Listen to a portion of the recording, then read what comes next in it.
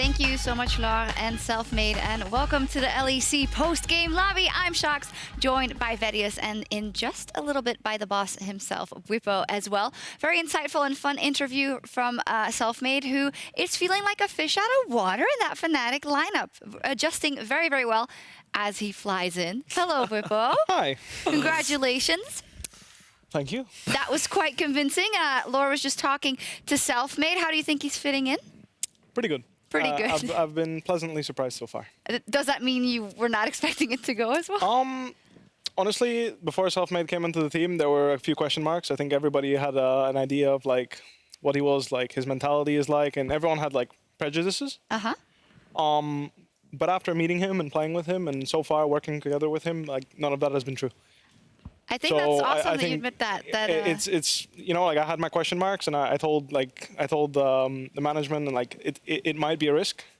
I'm not sure, but he's passed with flying colors. He's passed with flying colors. He's absolutely fitting in, and I think his mentality is a very great addition to the team. I think that so far it's been going really well. Honestly, I don't think we've been able to show how good we are, especially thanks to that Origin performance, unfortunately for us.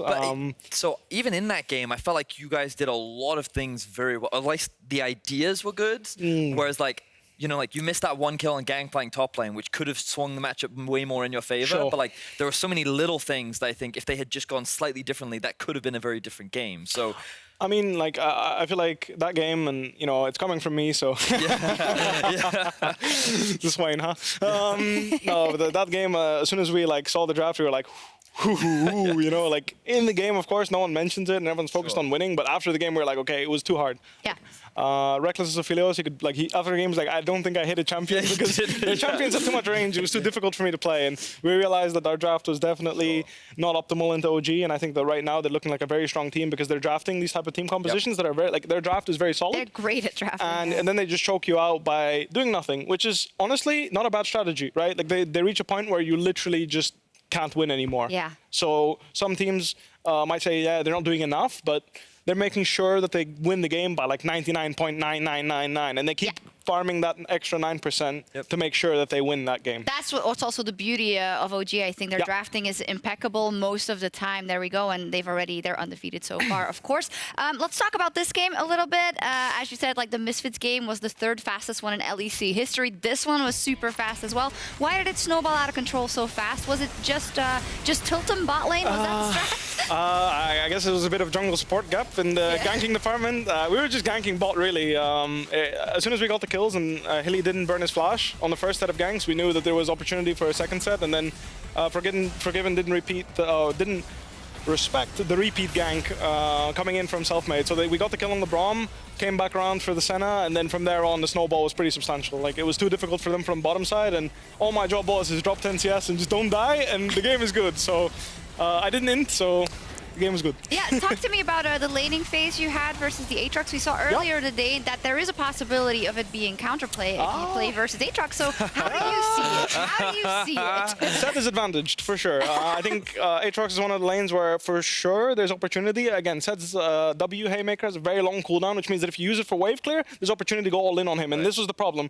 Finn felt pressured to push out the wave, uses Haymaker to push, and Alfire capitalized by going all in immediately, because the cooldown early game is about 12 seconds around level 5. I believe it starts at like 18 per rank, goes down 2. Huge, yeah. So it's like a 14 to 12 second cooldown. So if you go all in, you're going to run out. Like, you're not going to have it. And it's not that strong at that point in the game, especially early on, that it just turns around the fight immediately, right? It's a very strong ability, but it has a high cooldown, so playing around that is very important when you play against Sett. Do you also think the first pick was a mistake? You guys, of course, waited a bit to pick it here. I personally think that there's plenty of champions that are answerable into him, at least 5-5 matchups. You can just play the game against him and then have him do his thing and you do your thing. And I think that's something that definitely holds him back from being an oppressive first pickable champion in that sense. Yeah, I think we've got a pretty balanced opinion so far of Sett today, or is that only because Finn misplayed in the first game? Well, I think that the moral of the story is don't first pick Sett, and I think that Bwipo showcased the like. We also saw it in another draft. That We did, but I can't forget right now. Misfits played it? It was Misfits, yeah. But like, if you save it for later in the draft, you can look at what the enemy team has got. Like, I think there are windows where like Ender talks a lot about crowd control, range, you know, like your ability to disengage from the set. And I think that what we saw from the comp that you played against was that Braum was probably the most obnoxious thing for you to have to deal with. But even then, if you're in range of Braum, you can then use him to then get closer to your opposition, right? So like, I think that it's like comp dependent, but it does feel to me like his numbers are a little higher than they should be, which is why he feels like quite a strong top laner. Right? I feel like his laning phase is just very oppressive. Like in this, it's oppressive in a way where you can't break him. Yeah. So as a champion, he's like he's been a bit like Gangplank in the sense of like at some point he'll do what he wants to do. Right. Now Gangplank obviously does a lot of things, and Sett doesn't do that much really, which is why it's not that insane of a pick. He does his job very well. He creates a lot of pressure, and I think that if you don't have high DPS champions that can burst, like that can focus fire him down before he keeps throwing out haymakers, because that's his main ability. This is the overpowered part of his kit in the sense of it has the most impact. I don't think it's his best ability, but it's balanced, right? You have a lot of counterplay around it, but still, it's a very strong ability, big shield, a lot of damage. You gotta dodge it. So a composition that forces you to use your haymaker early, and then you don't get to use another one, and then you just get bursted down, and you feel a bit useless. Yeah. But against like a Senna LeBlanc, they throw all their burst at me, I throw a punch back, and mine hits harder. That is so, I do want to let you look at a couple of plays. There's one specifically where you were kind of ambushed 1 versus 3 in the bottom lane. I think you'll be able to see it behind you over there. In front of me. In front of me, beautiful. Can you see it? And how are you able to withstand the double attack here? Well, I just right-clicked on him. I just punched him, and like I said, I just punched harder. Like, so what you saw there is at this point, my haymaker has a much lower cooldown, which means that I can actually use it at the start of the fight, and then near the end of it, I can use it to survive. Like, I can use it to finish off the fight.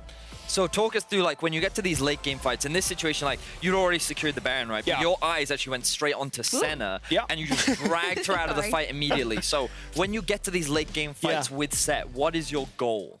Being disruptive is for sure the main priority, and then making sure you set yourself up for a huge haymaker, right? Like, you want to get that huge true damage, especially with W flash. There's almost no counterplay if you time it right. You can W flash, which means that like in a late, super late game team fight, you've got the Cho'Gath effect, where you buy stone plate, everyone's hitting you, and you just W flash and deal over 1,000 true damage with no counterplay effectively. Like, you need to preemptively flash Sett's W, which is not something you want to do. But this is mainly the goal, right? It's getting this huge haymaker out in the late game stages, and then the early skirmishes, just find someone and punch him. I have to say, you are so enthusiastic talking about this champion. How does he score on like the Bwipo scale of top laners you like playing? I love him. He's my most played champion by far. I've had a lot of success in solo queue. I love playing him. I'm not sure about his competitive viability yet. There's a nerf coming. I don't know what it entails yet. So whether or not he'll be viable later on is something that I don't know. But I think the champion has a lot of potential. I think he's a really cool champion. I feel like he's a champion with lots of counterplay, which is I personally enjoy. I enjoy when I feel rewarded for playing well. You know, not like a Kali. You know, the counterplay is very limited there.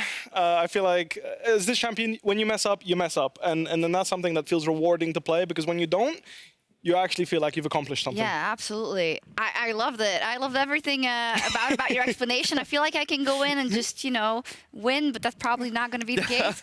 Just punch some people. Just punch them. Wait, but now we have to take it a step further. When you have Sett, how's the Soraka top lane match? Oh, yeah. I don't think it's that bad. I think anti-healing is very good. Like, again, Sett as a champion, he can just run at you, right? Like, that's the whole point. You just run at the guy. Your health regen is extremely high thanks to your passive. You've got Doran Shield. If you want to, you can spec into second wind, and Soraka can actually harass you out of the lane. Like I said, it's very hard to break this champ. Like the Ornn matchup, eventually Ornn will break. It takes a while. We saw it today, the Soraka Ornn matchup, and ultimately, I don't think Kabashar did that poorly in the lane. Like, he was down a couple of CS in the early game, but you know, when you hit 6, you're down to 5 top lane, right? So I think you can just power farm up and just be a beast, you know, like be the boss. Talking about being a beast and being the boss, there was a quite interesting tweet that was sent in by someone you hold very dearly, at Adorable Carry. What do you think of this? Looks pretty good, I guess. Yeah? It follows the trend of me and my Photoshop. So, yeah. I heard but will that inspire you to bring the mustache Oh, the back? mustache. I don't think so. I don't think so. Funnily enough, she doesn't like it, so I don't know why she's bringing it up. I don't know why she's talking on the mustache. Strat there, Adorable Carry. But so I heard that Selfmade, or I've seen that Selfmade is pretty good with the Photoshop, or I don't know, whatever program he does it in. He's asking Pete. Our content guy is carrying him in the meme department. department, but Healy's getting his fair share of memes. Yeah, you guys should check out Fnatic social accounts and Selfmade as well. He's been editing a lot of Hilly apparently after Fashion Week. Also, it's hilarious. Have you seen any of them? No, I haven't. Okay, well then that's It's pretty good. Yeah, good stuff. I do want to talk about Fnatic just a little bit more now that we have you. You've been such an integral part of the team for quite a while now. We were thinking about how Selfmade could change kind of the DNA of Fnatic, and we have seen in the first 3 games that there's a lot of play towards bot still. How do you feel about that as a team and you personally? And do you think there is the ability with Selfmade now on the team to diversify Fnatic's toolbox going forward? I feel like it's just the most comfortable. Like, Yeah. you know, when Martin's good in the game, there's no one that's complaining. You know, like everyone's like, you know, I've never. Let me put it this way: when Martin is good in the game, I've never been like, is late game going to be all right? I know it will be. You know, I just have to do my role. I don't have to run it down. Just make sure I'm good in the game, and that's fine. But obviously, from Martin's perspective, I'm sure he enjoys when his top player is doing very well and taking over the game too, right? Yeah. So, in general, I feel like communication is solid. We're all talking about what's necessary, and the biggest thing that's different is that I think we just feel more comfortable playing like a multi-threat composition. You know, like on stage, I feel like in 2019 and with Broxy, it was just when the game was good, like comfortable, the game was good. Whereas now we're happier playing like you know, a carry jungle, carry top, carry mid, AD carry composition. Just like everyone just goes balls to the wall basically, and just everyone goes in. But I mean, it's pretty similar. Like comparing Broxa and Selfmade so far, it's been pretty similar towards stage. I think that the communication between the players has gotten a lot better, mid jungle especially. Yeah. So that was obviously a big deal. Yeah. That was definitely a big difference between the One of the things swaps so that far. I noticed is that you seem to overall just be like very crisper and cleaner in your decision making. Like I don't know if it was the Selfmade change or if it was just Fnatic coming into this year. It may have even been Mythy as well, but you guys all seem like a lot more on the same page. And in the past, you know, like Sjokz mentioned that a lot of focus seems to have gone bot lane recently, but I felt like, especially if we look at the last game and how the early jungle pathing went out, it was almost like you were forced to not have jungle support because like he lost his red buff, like Gilius was topside, like you're in a situation where you had to play, and to me it just feels like that the team is way more reactive than what you were in the past. And if something goes wrong, you're quick to change and you seem to be a little bit more flexible. I think the biggest reason why we look a bit more crisp and proactive is because Selfmade's very aggressive in the sense he's suggesting a lot of plays fast. You know, like, do you want to go for another gank? Like, for example, the re-gank we did on Senna when she had no flash level 3, that was Selfmade. He's like, you know, like, I can go. And everyone's like, yeah, let's go. Like, everyone's like, maybe. And then he's like, no, go, you know, and then we go for it, you know, and I feel like when he wants to make a play, he does it, and if you don't follow, then it's your fault you didn't follow, you know? Whereas, you know, it's hard to call him off of a play, which is why people feel more inclined to follow. And I think that can be a bad thing, but it's so far been a good thing. But it also builds that trust, right? And like, if you, for sure. Like right now, like whenever we inted in scrims or whatever, it's like he's just going with Hilly. You know, like he's going with me, he's going with Hilly. Someone makes an int call, we're both inting, and after it, we're saying at least we inted together, and we're like, hell yeah, you know, like high five, boom, hell yeah, we inted together. I do have to say, I was a bit afraid for you guys when I heard the change, just because even when SK, you know, you saw that Selfmade really is the catalyst and was the catalyst to almost everything that team did. You can be a coin flip sometimes, you know, sometimes you go in and you actually want to make the play. Hilly has those moments as well. And even though they're becoming far and further in between, I was a bit afraid that, okay, if everyone is going, the term you used earlier, all the time, then we'll see. But I think it's something we have to track because for now it just feels like a very refreshed Fnatic that is very, very fun to watch. I mean, I think it'll be a lot different when the teams that we're playing against can match us a bit more in talent. I don't mean to offend anyone by saying that, but I think on paper we look pretty good. We look pretty stacked in the LEC, and in a game like this, I feel like individually everybody outperformed the Schalke players. It was just a good game from everyone, and it's not to say that they can't have a good game. It's just, honestly, like this game from top to bottom, especially like where we got ahead, we outplayed them a lot. It's just, I feel like I can say that our whole team played really well in both the Misfits and the Schalke game. Not so much for the Origin game. Hey, whatever. That was mostly on me, but... there you go. I mean, you don't have to win everything. You can drop, you can evolve. So tomorrow we've got a couple of big matchups, including G2 versus Origin, and that is, in fact, our match of the week. They're undefeated. Can I get a cheeky prediction? I think G2 will win. I think right now Origin's getting away with like some really good drafts, mostly by blunders from the enemy team. I agree. Like, we blundered for sure. Like we, not only this Swain pick before that, there were a few blunders. Did you see G2's draft today? I mean, I saw glimpses of it. But either way, I feel like it depends on which side, of course. Like side selection and whatnot makes a difference. But I think that they got away with some really good drafts, which is obviously thanks to good prep, but also blunders.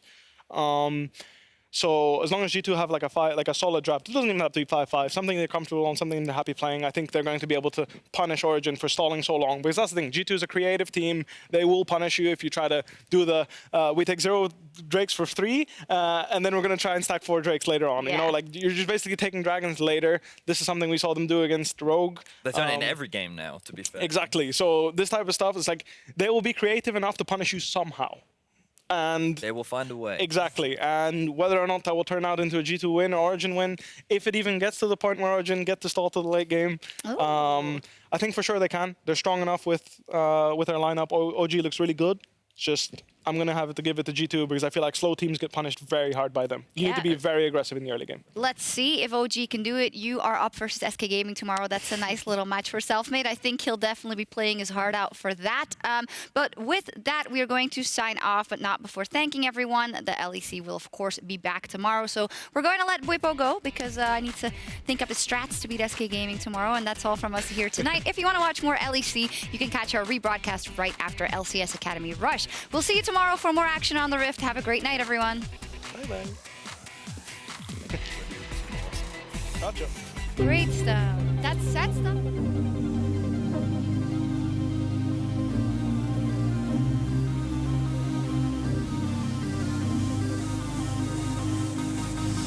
Bobby is trading against Finn here. Finn has the pink grid built up, and now Bobby winning the 1v1. Where's the solo play? Not up. Bandit doesn't have that big engage tool, but he's going to go in on Destiny. Inspired, kick back. He's done. Upset takes him. And now Bobby just is SK are unable to fight it. And now the fight really begins. As Dada gets into the middle of them. And look at the damage. I mean, I would have to play Soraka. I like Soraka, I like Soraka. Go Soraka. Oh, come on. He did it! Yes! Oh, I'm so happy. Meanwhile, on the top lane.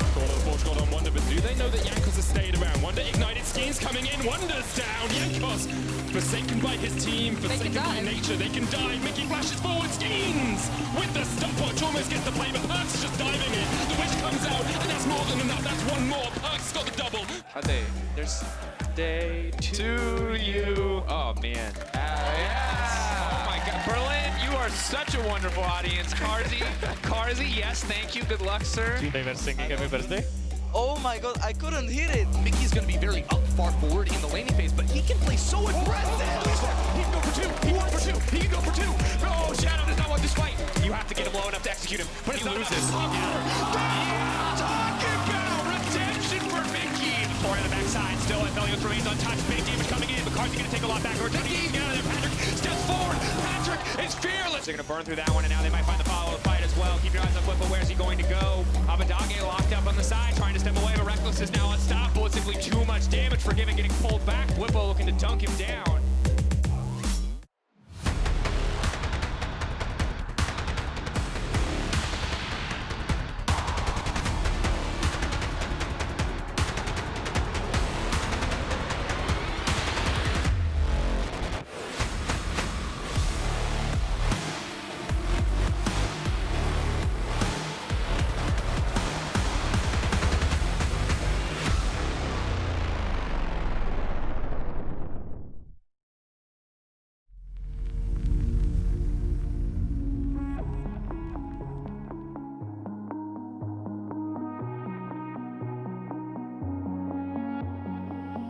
Hearing whispers in the night, voices filling up your mind.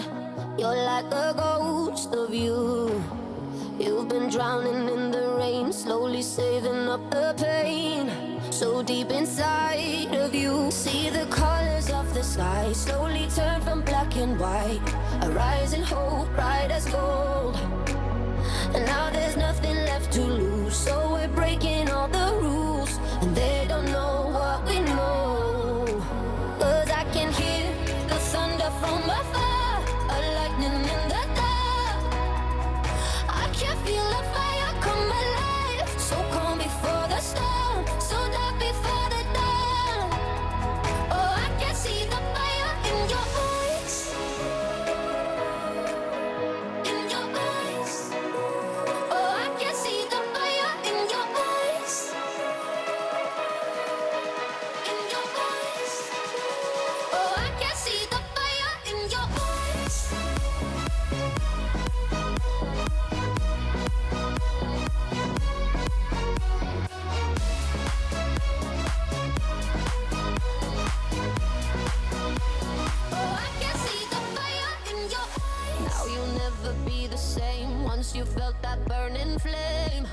You're chasing stars alive. What was broken's left behind. Watch it crumble in the light. Nothing can stop you now. See the colors of the sky slowly turn from black and white. Rising hope, bright as gold. And now there's nothing left to lose. So we're breaking all the rules. And they don't know what we know. 'Cause I can hear the thunder from afar. A lightning in the dark. I can feel the fire come alive. So calm before the storm. So dark before the dawn. Oh, I can see the fire in your eyes. In your eyes. Oh, I can see the fire in your eyes. In your eyes. Oh, I can see the fire in your eyes.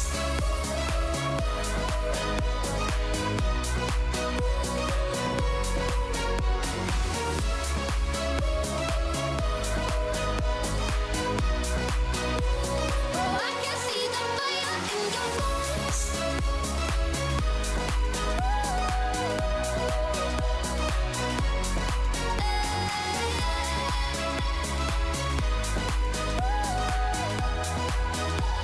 Oh, I can see the fire in your voice. In your eyes. Oh, I can see the fire in your voice. In your eyes. Oh, I can see the fire in your eyes.